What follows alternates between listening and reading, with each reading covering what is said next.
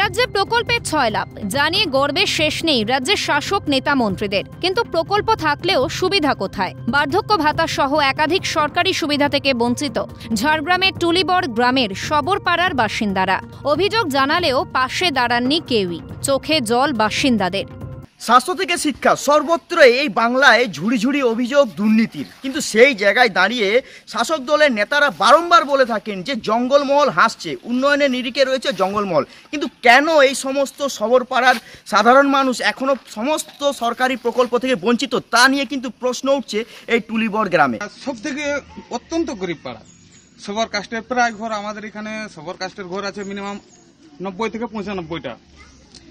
বাড়িতে দেখবে এই বর্ষার দিনে বা কোনো কিছু হয়ে গেলে থাকতেও অসুবিধা, এই যে একটা তিরপল পাবে বা একটা কিছু সরকার থেকে সাহায্য পাবে সেটুকুও পায়নি। বিডিও অফিস সুদ্ধা গেছি, বিডিও বলছে তোমাকে এই মাসে না সে মাসে করে দিব, জ্যৈষ্ঠী মাসে দিন দিয়েছে। মোদী সরকার একটা চিঠি করে জানিয়েছে যে ইনিকে ঘর দেয়নি, তাহলে আমার ঘরটা গেল কোনখানকে? শিক্ষা থেকে স্বাস্থ্য সমস্ত ক্ষেত্রে ভুরি ভুরি দুর্নীতির অভিযোগ সামনে এসেছে। বহু নেতা মন্ত্রী গেছেন জেলে।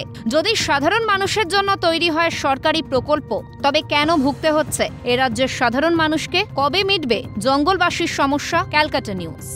সমস্ত এলাকার সাধারণ মানুষ সরকারি সুযোগ সুবিধা পাবেন, কবে সমস্যার সমাধান হবে, তার দিকে তাকিয়ে রয়েছেন এলাকার সাধারণ মানুষ। টুলিবর থেকে বিদেশ বেড়া, ক্যালকাটা নিউজ।